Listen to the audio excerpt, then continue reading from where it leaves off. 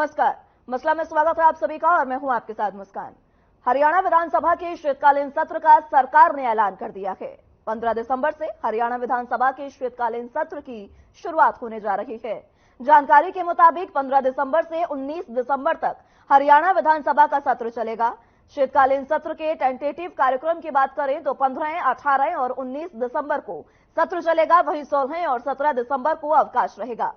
हालांकि सत्र की अवधि को लेकर अंतिम फैसला बीएसी की बैठक में लिया जाएगा। हरियाणा के सीएम मनोहर लाल की अध्यक्षता में हुई अहम कैबिनेट की बैठक में शीतकालीन सत्र की तारीख पर चर्चा के बाद अहम फैसला लिया गया है। बताया जा रहा है कि सरकार इस सत्र में कई अहम बिल भी पेश कर सकती है। इस बीच शवों को सड़क पर रखकर प्रदर्शन करने के खिलाफ भी कानून लाने पर चर्चा है। दरअसल कई बार लोग सड़क पर शव को रखकर प्रदर्शन करते हैं। इसके खिलाफ राज्य सरकार कानून लाने की तैयारी में है। खबरों के मुताबिक शीतकालीन सत्र में इस संबंध में विधेयक लाए जाने की अटकलें हैं। सरकार हरियाणा मृत शरीर का सम्मान विधेयक 2023 लाने पर विचार कर रही है। विधेयक लागू होने के बाद 1 साल तक की सजा और जुर्माने का प्रावधान होगा। वहीं अब चर्चा यह भी है कि हरियाणा सरकार प्रदेश में बढ़ते नशे के खिलाफ भी कड़े कदम उठाने की तैयारी में है। ऐसे में हरियाणा सरकार हुक्का बार को लेकर भी कोई ना कोई अहम कदम उठा सकती है। विधानसभा के शीतकालीन सत्र में इस संबंध में सरकार कोई कानून भी लेकर आ सकती है।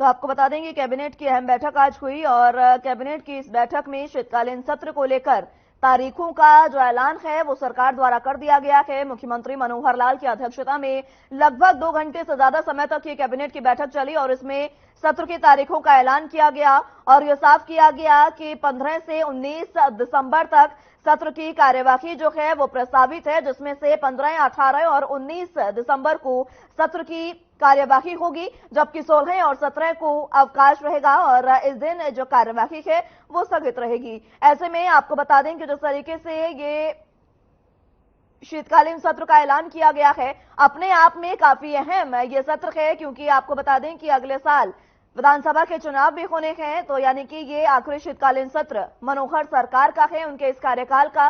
तो ऐसे में अब ये देखना होगा कि सत्र में किस तरीके के फैसले लिए जा सकते हैं, क्योंकि कई जो है मटकले हैं, उसमें से 2 खास बात यह है कि सबसे पहले नशे के खिलाफ और दूसरी जो है वो शव को रखकर प्रदर्शन करने पर जो तमाम चीजें हैं उस पर कानून सरकार लेकर आ सकती है।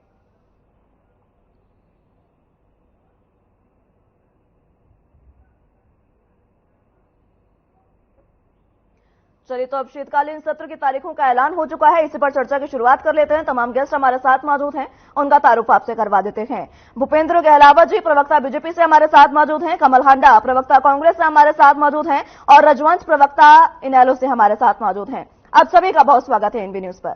सबसे पहले गहलावत साहब, शुरुआत आप ही से करना चाहूंगी, क्योंकि आज अहम बैठक हुई, सत्र की तारीखों का ऐलान कर दिया गया है और ये सत्र मनोहर सरकार के लिए अपने ही मायनों में कई मायनों में खास है, क्योंकि आखिरी शीतकालीन सत्र ये हो रहा है इस कार्यकाल का। इसके बाद अगले साल चुनाव भी होने हैं। किस तरीके से आप देख रहे हैं?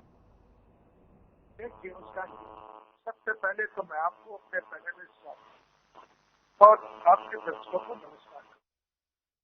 दूसरा, आपने जो बात कही कि ये आखिरी शीतकालीन सत्र होगा, ये तो ठीक बात नहीं है, क्योंकि हमारी सरकार आगे भी 5 साल रिपीट करने वाली है। नहीं, मैंने कार्यकाल का भी जिक्र किया।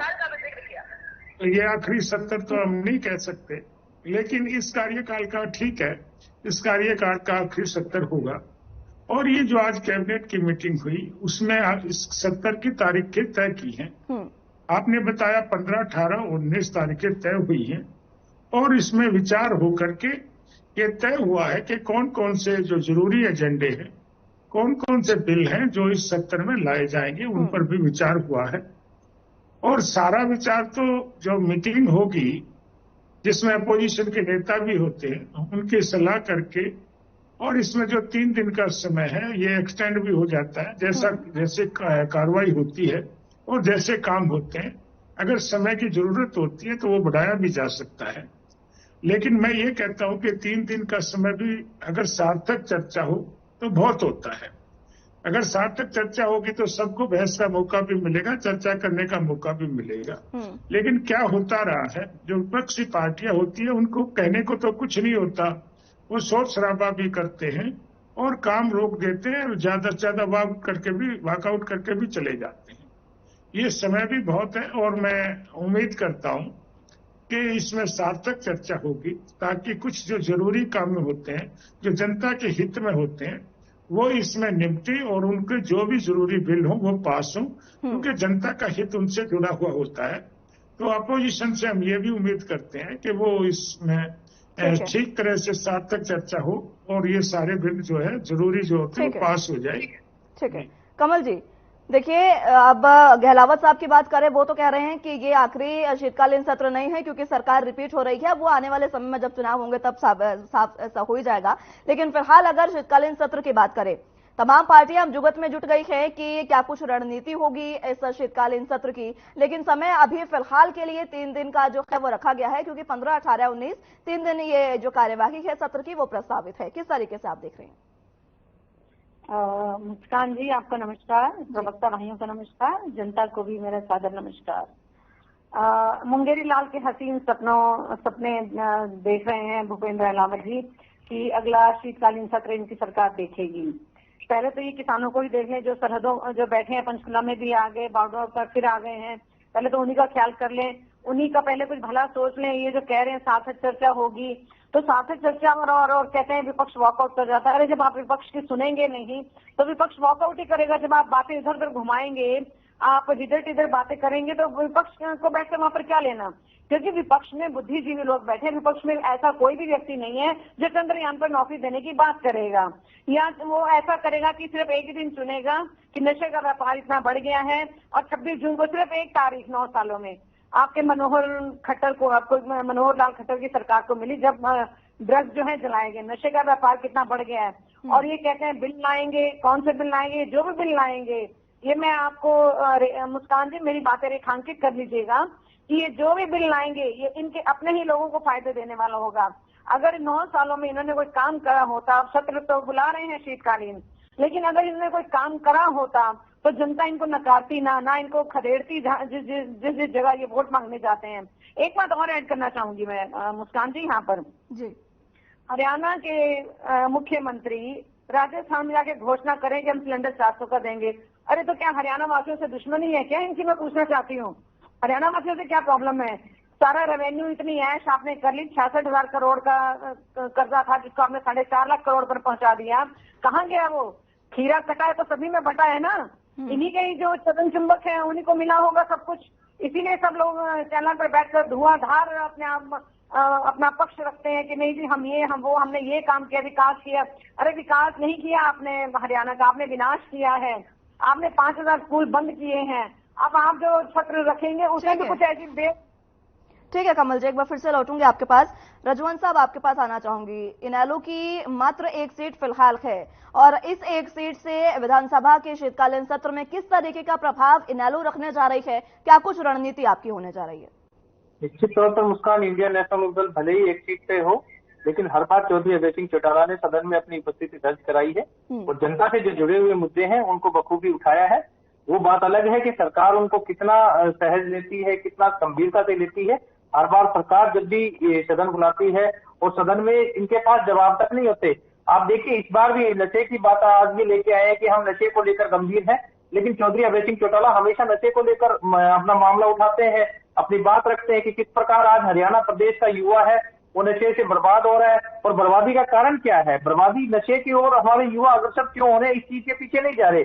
एक था अभी पीछे आपने देखा होगा कि किस प्रकार जहरीली शराब से 22 व्यक्तियों की मौत हो गई और सरकार इसमें मामले को लेकर गंभीर नहीं है। ये चीजें क्यों आ रही है बार बार? आज सरकार की कोई ये चीज देखे कि ये गंभीरता पहले क्यों नजर नहीं आई। आज ये कह रहे हैं कि नशे के खिलाफ कानून लेके आएंगे, नशा तो बहुत सालों से फैला हुआ था और हर बार जब उस पर चर्चा की जा रही है तो आपने ये कानून बनाने की बात तब क्यों नहीं सोची? ये केवल और केवल जनता को भ्रमित करने के लिए इस प्रकार के ये इनके बातें आ रही है। असल में आज जनता इनसे ऊब चुकी है। आज बेरोजगारी की बात करें, महंगाई की बात करें, भ्रष्टाचारी की बात करें, हर पग पग पर ये सरकार पूरे तरह फेल है।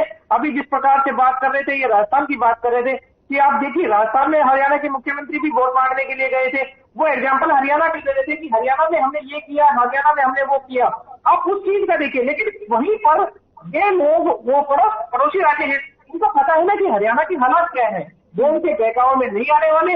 जब पिछले 9 साल से हरियाणा की जनता ने केंद्र में और हरियाणा में भारतीय जनता पार्टी की सरकार बना रखी है, तो वहां की जनता तो 1200 रुपए का सिलेंडर ले, 1250 रुपए का सिलेंडर ले, और राजस्थान की जनता से कहती है कि नहीं आप यहाँ पे भारतीय जनता पार्टी की सरकार बना दो, यहाँ पर हम आपको 500 रुपए का सिलेंडर देंगे। ये चीजें क्यों हो रही है? यहाँ पर ये दिखावा, ये बदलाव वहां पर लाना चाह रहे हैं, ये हरियाणा से शुरुआत क्यों ना करे? हरियाणा की जनता ने भी तो इनको चुना है।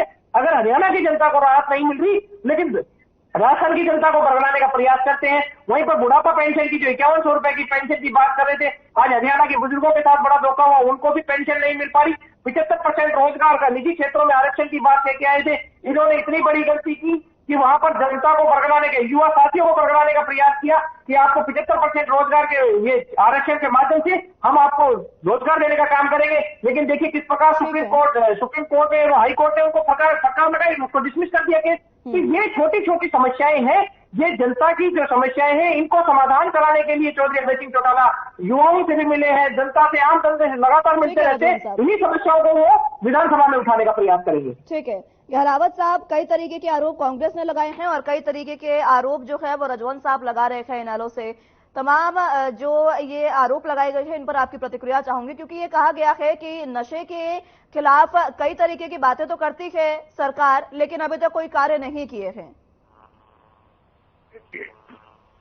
सबसे पहले तो मैं मेरे लोकल के साथी में बात की थी, भ्रष्टाचार की बात कहा भैया, एक तो हम अब कानून लेके आएंगे तो क्या आप लोग समर्थन करोगे? और दूसरा मैं ये कहता हूँ, इनका तो एक एमएलए है, हम इनको पूरा समय देंगे इनको बात रखने का, और अगर ये सही बात रखेंगे तो क्यों नहीं सरकार मानती है। हो सकता है इनकी बात मान के नशे का बिल आया हो, ये कहते हमने पीछे भी बात रखी थी, तो हो सकता है इनकी कहने से ये बिल आया हो। लेकिन ये बिल जब आया है तो आप शोर शराबा तो नहीं करोगे, आप इस बिल का समर्थन तो आपको करना चाहिए जब आपने डिमांड कर रखी है तो। दूसरा मैं ये कहता हूँ, खास क्या रहेगा एक बार बता दीजिए गहलावत साहब। देखिए मैं ये कहता हूँ कि उसमें सजा का प्रोविजन होगा और मैक्सिमम जो कठोर सजा होती है उसका प्रोविजन किया जाएगा। तो ये लोग भी चाहते हैं कि नशा के खिलाफ प्रोविजन होना चाहिए। तो जब अब बिल आ रहा है तो इनको दिक्कत क्या है? दूसरी बात, मेरे साथी ने भ्रष्टाचार की बात करी, दूसरी बातें करी। अरे भैया, जिसके अपने घर शीशे के होते हैं उसको दूसरों के ऊपर पत्थर नहीं फेंकने चाहिए। सारे प्रदेश की जनता जानती है आप लोगों का भ्रष्टाचार में क्या हुआ। 10 साल की एक बार सजा हुई, 3 साल की फिर आय से अधिक संपत्ति में सजा हुई, और कुछ लोग और भी लाइन में लगे हुए हैं।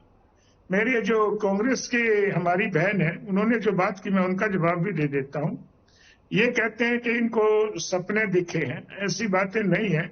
हम तो पिछले लगातार 2005 के बाद चुनाव हुए, हम तो सब में सपने भी देखे और सब हमारे सपने साकार भी हुए। लेकिन कांग्रेस का तो एक भी चुनाव नहीं जीते, चाहे वो लोकसभा का हो, चाहे विधानसभा का हो, चाहे राज्यसभा का हो, जिला परिषद का हो, नगर परिषद का हो। ये जब से भूपेंद्र हुड्डा के नेतृत्व में बात आई है तब से सारे चुनाव हार रहे हैं। और आज इनका हाल क्या है? इनका कोई तो संगठन नहीं है, ना इनका कोई जिला प्रधान है। इनका रोज तरह से किस तरह से जूता बजता है, एक दूसरे को ये शक्ल देखने को भी राजी नहीं है, और किस तरह से रोज अलग अलग बयान आते हैं। कभी शैलजा जी कहती है हम 10 के 10 में अपना यात्रा निकालेंगे, कभी भूपेंद्र हुड्डा कहते हैं मैं वहां निकालूंगा।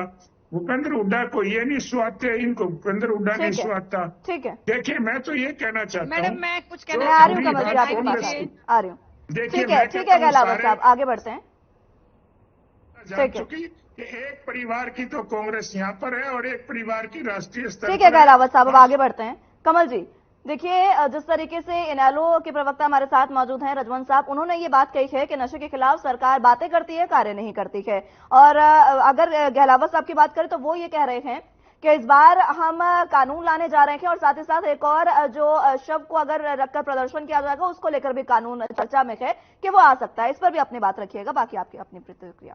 जी मैडम, मैं इनकी पहले नशे की बात पे बात कर दूं। 9 साल तक कहाँ थी इनकी खट्टर सरकार? तब नशा जब इतना बढ़ा दिया, युवा बेरोजगार निराश नशे की तरफ बढ़ गया, तब कहाँ थी ये सरकार? नंबर 1। दूसरी बात इन्होंने कही कि जिनके घर शीशे के उनको दूसरों पर पत्थर नहीं फेंकने चाहिए। मैं ऐड कर दूं कि जिनके घर शीशे के हों उनको लाइट बंद करके कपड़े बदलने चाहिए। गहलावत साहब, ये नई चीज है, समझ लीजिए इसको। और सुनिए, आप हमारी लड़ाई की बात करते हैं, आपके मुख्यमंत्री तो आपस के झगड़े निपटाते हैं, निपटाने में 9 साल निकल गए। आपस में सिर्फ डबल आपकी कितनी है? आपकी सिर्फ डबल कितनी हो रही है अंदर के खाते? और आप कानून अब ला रहे हैं जब सरकार जाने वाली है। अब क्या करेंगे? अब तो कोई फायदा नहीं है गहलावत साहब, अब कोई फायदा नहीं है। और मैं एक चीज कहना चाहती हूँ कि ऐ सियासत इस दौर में तूने कमाल कर दिया। ऐ सियासत इस दौर में तूने कमाल कर दिया। अन्नदाता और गरीबों को और गरीब और अमीरों को और मालामाल कर दिया। 4.5 लाख करोड़ का कर्जा कहाँ गया? 2 लाख पद आपने नहीं भरे, 2 लाख पद आपने नहीं भरे, ठीक है। गुजरातियों को और आरएसएस को दिए। 30 पेपर लीक हुए, हमारे टाइम में कोई पेपर लीक नहीं हुआ। बेईमानी ठीक नहीं है। अब जाएगी सरकार। अब लिखवा लीजिए मेरे शब्दों और रेखांकित कर लीजिएगा मेरे शब्दों को कि अब जो है बीजेपी जाने वाली है, कांग्रेस आने वाली है। मैं आपको बता दूं, आने वाले समय में स्पष्ट हो जाएगा। लेकिन कमल जी, 2 लाइनों में स्पष्ट कीजिएगा, रणनीति क्या रहने वाली है विधानसभा सत्र के लिए जल्दी से? मैडम, ऐसा रणनीति जो है तैयार करने के लिए हमारा शीर्ष नेतृत्व बैठा हुआ है। उसके लिए हम प्रवक्ता हैं, हम छोटे कार्यकर्ता हैं, छोटे हम जिसे कहते हैं, हम इतने हाई लेवल के नहीं हैं, लीडर्स वगैरह एंड ऑल दैट। तो हमारा शीर्ष नेतृत्व तय करेगा आगे हमारी रणनीति क्या बनेगी। लेकिन वो तब होगा जब दिसंबर में जब रिजल्ट आ जाएंगे, उसके बाद हमारा हरियाणा के ऊपर काम शुरू हो जाएगा और इनको पता चल जाएगा। वैसे भी काम चल रहा है हमारा, विपक्ष आपके समझ हाथ जोड़ो अभियान और जन जन को अपनी नीतियां बताई कांग्रेस की कि कांग्रेस ने कितना काम किया। ठीक है कमल जी, मैं स्वच्छता भी किया कि अपने जो विरोधी हैं उनको साफ कर दो, जो कि इनसे नहीं हो पाया। आप गुड़गांव देख लीजिए, फरीदाबाद देख लीजिए, कालका देख लीजिए, आसपास के जितने भी एरियाज हैं, चंडीगढ़, पंचकुला, वहां पर कूड़े के पहाड़ और इतना गंद फैला हुआ है। और जिस गौ माता की गौवंश की बात करते हैं ये लोग, वो कचरे में जब मैं देखती हूँ तो मेरा दिल बड़ा दुखी होता है उस वक्त। तो इनका स्वच्छता अभियान भी फेल है। लेकिन हाँ, एक काम में इनका स्वच्छता अभियान बहुत सफल रहा, मैं कहना चाहूंगी। इन्होंने जो है जनता के टैक्सेस पर खूब झाड़ू मार के इकट्ठा करा, आपस में बांट कर खाया, खूब भ्रष्टाचार किया। चलिए ठीक है, आपके आरोपों पर जवाब ले लिया जाएगा गहलावत साहब से। आपके आरोपों पर जवाब लूंगी, उससे पहले रजवन जी आपके पास आना चाहूंगी। एक सीधा सा सवाल पूछा है भूपेंद्र जी ने। आप कह रहे हैं नशे के खिलाफ कोई कार्य नहीं किया, वो कह रहे हैं कि ये मान लीजिए कि आप ही के कहने की बदौलत ये कानून आ रहा है, तो इस बार समर्थन करेंगे क्या?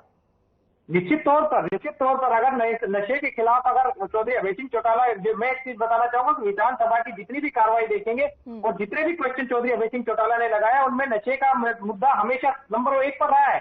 और अगर चौधरी अभय सिंह चौटाला ने नशे के खिलाफ अगर आवाज उठाई है, सरकार ने उनकी बातों को सुना है, तो निश्चित तौर पर चौधरी अभय सिंह चौटाला उनका स्वागत करेंगे। इन चीजों के पीछे कभी भी हमने राजनीति नहीं की है। हम चाहते हैं कि हरियाणा का युवा अगर स्वस्थ होगा तो वो अच्छी राजनीति भी करेगा, वो नौकरी भी अच्छी करेगा, उसकी मनोस्थिति भी अच्छी रहेगी। और जब तक हरियाणा का युवा ही अगर स्वस्थ नहीं रहेगा तो आगे वो किस प्रकार से विकास होगा। मैं आपको एक चीज बताना चाहूंगा, जिस प्रकार से भ्रष्टाचार को अभी नकारने का काम किए थे, आज कोई भी ऐसा विभाग नहीं है जहां पर भ्रष्टाचार ना हो रहा हो। चाहे नगर पालिका, नगर निगम, किसी भी विभाग को उठाकर देख लीजिए, हर जगह डेली इनकी खबर आती है। कोई भी अखबार का पेज उठा के देख लीजिए, डेली आता है कि आज हजारों करोड़ का भ्रष्टाचार वहां पे हुआ, सैकड़ों करोड़ का वहां पर हुआ। ये किस वजह से हो रहा है? ये सिर्फ और सिर्फ ये है कि भारतीय जनता पार्टी अपने आप को साफ साफ नजर करने आती है। लेकिन चौधरी अभय सिंह चौटाला जो इनके बस में नहीं है, वो इसीलिए हर बार सरकार को घेरने का प्रयास करते हैं और इनके नए भ्रष्टाचार को उजागर करने का प्रयास करेंगे। इस बार भी विधानसभा में यही होगा। चौधरी अभय सिंह चौटाला सरकार का कोई ना कोई नया भ्रष्टाचार लेके आएंगे और जिसको ये अपने मुंह छुपाते फिरेंगे। मैं हर बार यही सरकार से भी यही निवेदन करता हूँ और जो प्रवक्ता हमारे साथी बैठे हैं उनसे भी यही कहता हूँ कि आप अच्छे काम करें। अभी ये शव के साथ प्रदर्शन करने की बात को लेके आए हैं कि हम इसके ऊपर कानून बनाने की बात कर रहे हैं। एक मैं इन चीज से प्रवक्ता साथी से पूछना चाहूंगा कि कोई भी व्यक्ति अपने शव के साथ अगर प्रदर्शन करता है, कोई भी व्यक्ति किसी के साथ अनहोनी घटना घट जाती है, तो उनकी मजबूरियां समझिए कि उनकी क्या मजबूरी होती है कि उनको शव रखकर वहां पर प्रदर्शन करना पड़ता है। आप उनकी मनोस्थिति को देखकर अपने कोई फैसला लीजिए। अगर वहां पर उनके साथ अन्याय होता है तो वो कोई ना कोई हथकंडा अपनाता है। लेकिन ये सरकार को देखना चाहिए कि हमें उनके पास पहुंचकर उनकी समस्या का समाधान करना चाहिए। लेकिन सरकार अगर नहीं देखेगी तो आम व्यक्ति तो किसी न किसी तरह अपना प्रदर्शन करेगा। ठीक है, चलिए समय भी समाप्त होता जा रहा है। भूपेंद्र जी, आखिरी कमेंट आपका 30 सेकंड में। भूपेंद्र जी, आवाज मिल पा रही है आपको? चलिए, संपर्क उनसे टूट चुका है। कमल जी, आपको आवाज मिल पा रही है? मैडम, अगर उनको नहीं मिल पा रही है आवाज तो मैं कुछ कहना चाहती हूँ। जी जी कमल जी। जी मैडम, ये कह रहे हैं मृत शरीर को लेकर लोग जो प्रदर्शन, उसके ऊपर कानून लाएंगे, मृत शरीर का सम्मान। तो मैं इनसे ये पूछूंगी भूपेंद्र अहलावत जी से कि जो गंगा जमुना में लाशें तैरी थी उनका क्या सम्मान हुआ? कब्रिस्तान में लोगों को जगह नहीं मिली, शरीर लपेट लपेट के दिए गए। कई शरीर तो ऐसे निकले हॉस्पिटल से, लोगों ने जो जिद पे अड़गे कि हमने देखना अपने परिवार को, उनको अपने परिवार के इंसान के चेहरा देखने को देखा तो देखा उनके परिवार का बंदा था ही नहीं। ये मृत शरीर का सम्मान करेंगे? अरे ये तो लाशों पर राजनीति करते हैं, लाशों में ये अपना कमल खिलाना चाहते हैं। ये मृत शरीर का सम्मान करेंगे? ये तो बड़ी जिसे कहते हैं हास्यास्पद बात है, unbelievable. We cannot believe this government at all. ठीक है। तो झूठी पार्टी, भारत जलाओ पार्टी, क्या क्या बोलूं मैं आपको। बहुत सारे विशेषों से आपको नवाजा जा चुका है। ठीक है, रजवंत साहब, आखिरी कमेंट पूरे मसले पर। कहना चाह रहा हूँ कि अच्छा काम करे। जो शीतकालीन जो अब ये जो इनका सत्र आएगा, एक तो बीएससी की जो बैठक होती है, निश्चित तौर पर बीएससी की बैठक में फाइनल किया जाता है कि कितना बिजनेस आएगा, कितना दिन उसके लिए चलेगा। लेकिन जब विधायकों को अगर प्रॉपर समय नहीं मिलेगा, आप देखिए 90 विधायक अगर चुन के जाते हैं तो उनको समय प्रॉपर मिलना चाहिए।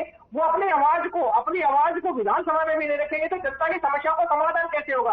आप देखिए, विधानसभा स्पीकर की बात अगर करें या सरकार के सरकार के जो विधायक हैं उनकी बात करें या विपक्ष के विधायक की बात करें, उनको प्रॉपर समय नहीं मिल पाता और उसी की वजह से जनता की जो आती है अधूरी समस्या। ठीक है, चलिए समय समाप्त हो चला है। भूपेंद्र जी, मात्र 15 सेकंड बचे मेरे पास, आपका आखिरी कमेंट प्लीज। काम हुआ था, इन्होंने सुना नहीं। मैं आ रही हूँ कमल जी, आ रही हूँ। वॉकआउट कर गया। मैं तो ये कहना चाहूंगा, कमल जी आखिरी कमेंट होने दीजिए, समय समाप्त हो रहा है प्लीज। देखिए, मैं तो ये कहना चाहूंगा कि मेरी बहन ने सरकार बनाने की बात की है। सरकार तो जनता बनाती है, ये तो अपना फैसला नहीं कर पाते कि पार्टी में किसका कब्जा होगा। 9 साल हो गए, संगठन बनाने की बात तो होती नहीं। सरकार में तो तुम्हारा जब हिस्सा होगा। ठीक है भूपेंद्र जी, ठीक है, चलिए मैं से बाहर निकलेंगे, समय समाप्त हो चला है। बहुत बहुत शुक्रिया आप सभी का हमारे साथ जुड़ने के लिए और चर्चा हमारे साथ करने के लिए। लेकिन अहम बात यह है कि शीतकालीन सत्र जो है वो अब 15 दिसंबर से होगा और रणनीति इसमें बनाई जाएगी। अब किस तरीके के इसमें प्रस्ताव जो है वो पारित होंगे और पेश होंगे और खासकर कानून बनेंगे, ये देखना है होगा। फिलहाल के लिए मेरे साथ इस बुलेटिन में बस इतना ही। नमस्कार।